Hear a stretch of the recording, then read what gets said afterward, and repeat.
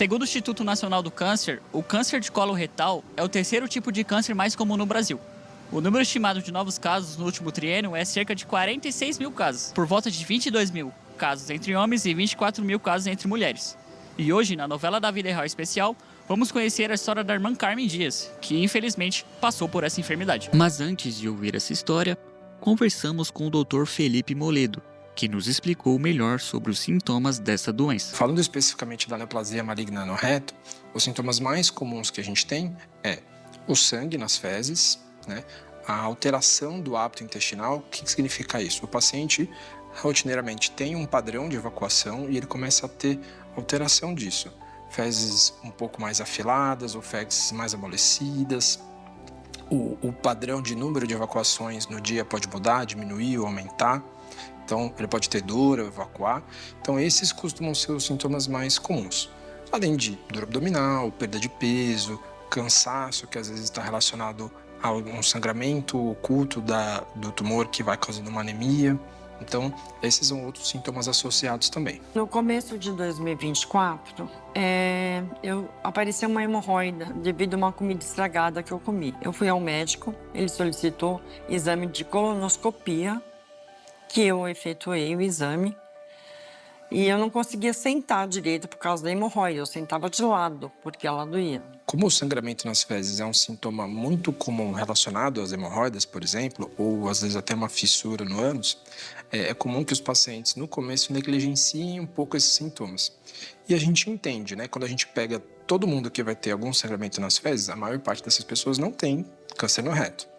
Mas quando a gente tem sintomas persistentes e que começam a se associar com outros sintomas, como eu falei, alteração no padrão de evacuação, ou alguma outra secreção nas fezes, ou perda de peso, ou dor abdominal, ou mesmo se esse sangramento for recorrente, persistente, o ideal é que ele seja avaliado por um profissional e que faça a colonoscopia. Quando a gente está falando de câncer de reto, é relativamente comum a gente precisar usar bolsinhas que a gente chama de estoma intestinal, seja colostomia ou ileostomia, de maneira temporária ou definitiva.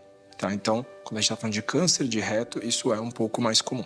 Quando a gente está falando de câncer de cólon, que é o resto do intestino grosso, aí o mais habitual é a gente não precisar do uso da colostomia ou de alguma outra estoma intestinal. Mas sempre existe essa possibilidade. Eu sempre falo para os meus pacientes que todo paciente que faz cirurgia intestinal tem um certo risco de ter algum fator, alguma intercorrência que precise do uso, mesmo que temporário, da estoma. Então isso é relativamente comum. Mas quando a gente está falando, mas a maior parte dos pacientes não vai precisar ficar com uma estoma definitiva. Vai no máximo precisar de uma estoma temporária. Esse padrão de evacuação a gente chama de diarreia paradoxal. O que é isso? Como com o avançar da doença ali no intestino, o paciente não consegue mais evacuar de forma adequada porque você tem algo atrapalhando a passagem das fezes. Então é como se ele fizesse evacuações parceladas, né? Então ele vai soltando aos poucos e aí, porque ele não consegue evacuar o bolo fecal numa ou duas evacuações, que seria o habitual dele, e aí o tempo inteiro o intestino fica lutando contra aquela resistência que está ali atrapalhando o trajeto. Então, por isso que ele vai...